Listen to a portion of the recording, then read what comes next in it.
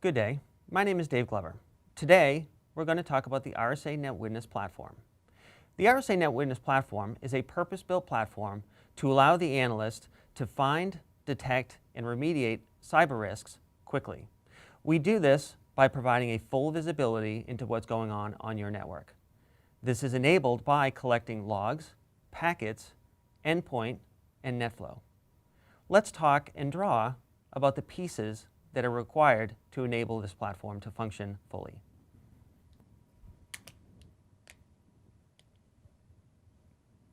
If we start with the logs module, the first thing we need to do is to be able to collect the logs. And we do that by a capture device that we call a log decoder. The log decoder's functions are pretty simple. First and foremost, we need to capture the log data. We do this by many different protocols, whether syslog or Windows Remote Management or some of the other protocols that are required to capture these devices. Once we capture this data, the next thing we need to do is to parse all the information. Using the over 300 log parsers within the platform, we can bring value to the data that's being captured. If you have devices that we do not support, you do have the capability to write as many custom parsers as required to drive what you're looking for. Once we've captured, we've parsed, the next main function of the decoder is to enrich this information. Now, the enrichment can happen many different ways. You can bring threat feeds into the platform using some external data source. You could include or upload your own threat feeds into the platform. In addition to threat feeds, you can also upload business intelligence feeds, such as this user belongs to a database admin group, or these are my PCI devices, anything along those lines. The next thing on top of a log decoder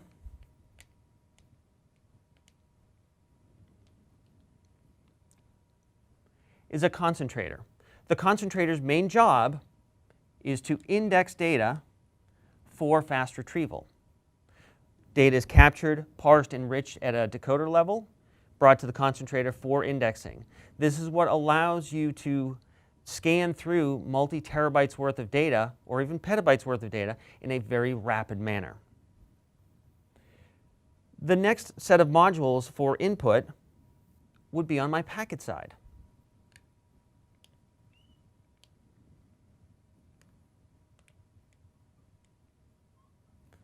Much like in the log modules with our log decoder, we have the same type of technology to capture network traffic. The vernacular here is a packet decoder. The packet decoder has all of the same functions as a log decoder. It will capture all of the network traffic coming in. It will then parse all that information and enrich it the same way that a log decoder does. Also,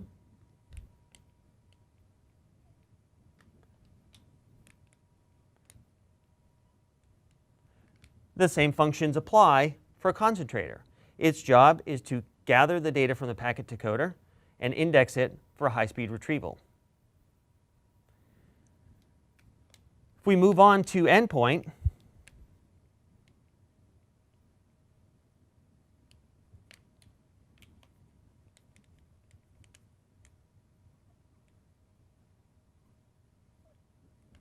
we have what's called an endpoint log hybrid. Now, the endpoint log hybrid has a combination of a decoder and a concentrator within it. In order to capture the endpoint type data, for example, what's running in memory or what's on disk or file footprints, we need an agent to be installed. We provide 3 different variants of the agent. There is a Linux variant, a Windows, and a Mac agent. By using those 3 different agents, bringing the data in, we can then have full visibility on what's happening on the endpoint. One of the last components that we talked about was NetFlow. NetFlow has a unique advantage of being captured directly by a log decoder. there is no additional architecture required to collect net flow. So that will flow directly into a log decoder. Once I have all of this data coming into the system, being indexed for fast retrieval, I need to be able to actually take a look at it. The way I do that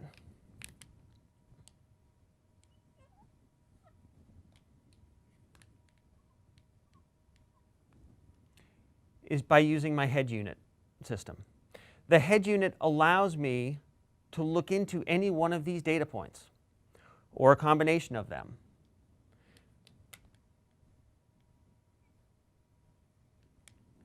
Using a broker, the broker allows me to view into all of this data at the same time. I can very easily investigate an IP address, for example, and I would see it across my network, across my logs, and across my endpoint. So it provides me that full visibility into what's being generated on your network. This is great for collecting and analyzing. I also want to be able to do some alerting as well. And that alerting may be done on just logs. So if we have a compliance use case where we need to take a look at or alert on users accessing high privilege shares, for example, or touching files, or creating user accounts, I would want to correlate the data against my log decoders or across the logs that are coming in. Much the same way, if I want to take a look at users that are FTPing data out that contains certain files in it, I could correlate across just the packets. The powerfulness of the NetWitness suite is to be able to bring that all together and not only cross-device correlate, but cross-medium correlate. In other words, I could create a correlation rule that looks at the log data, specific elements, followed by something in the packet side or the network segments, followed by something running in memory on the host. So if we reverse that just a little bit, I have a correlation rule that I have built, or using one of the many hundreds that are included out of the box, that look for users downloading a file, followed by something running in memory on any one of the agent or one of the hosts that you have in your network, followed by communications across the firewalls. I can build those correlation rules, or like I said, there's many of those that are included right out of the box. So how do we enable that correlation?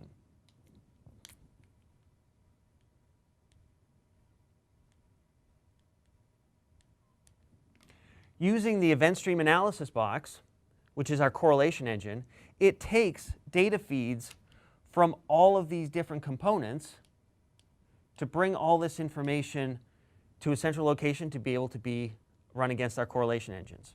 Now, the ESA is fantastic. I can build as many correlation rules as I want, but the challenge there is that I have to define what the bad behavior is. I have to know what I want to, as an outcome, to be able to build those rules. If we introduce one other component into the infrastructure,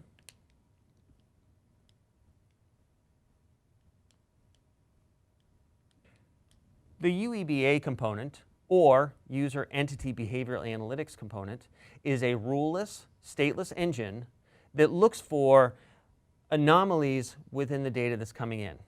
Primarily, UEBA is built on two different data models, one looking at user behavior, which is where the U comes from, and entity, or E, is using processes from the endpoint. Now, this is very different than what a lot of other vendors have in there. So if we look at the other vendors, they all built their UEBA systems using just user data. The RSA UEBA platform, because of our capture and collection of the endpoint data, is able to bring that into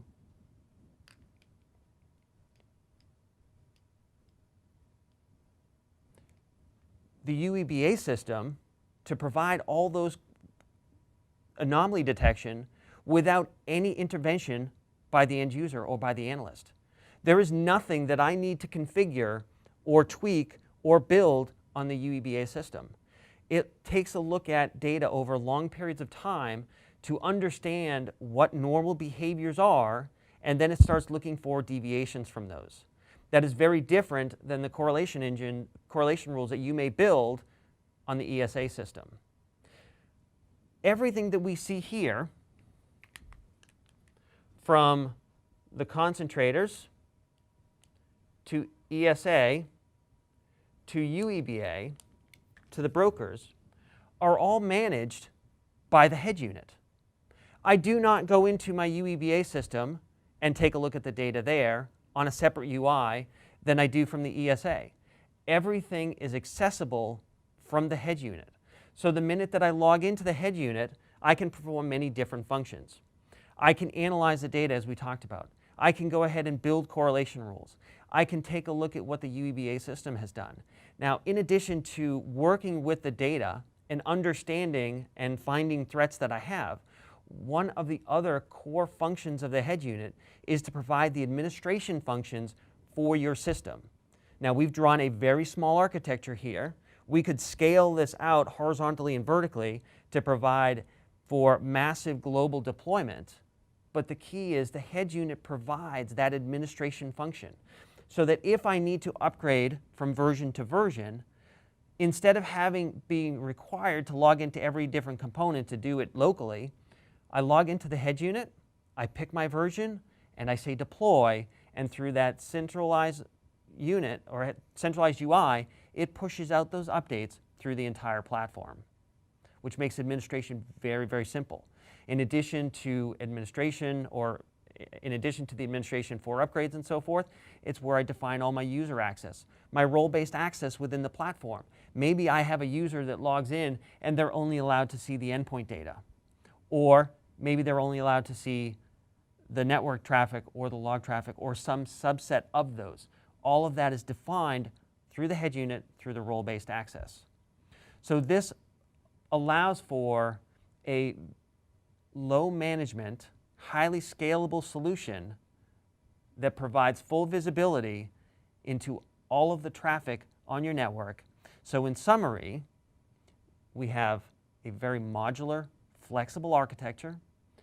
It allows for on-prem, virtual, or cloud, or a hybrid thereof.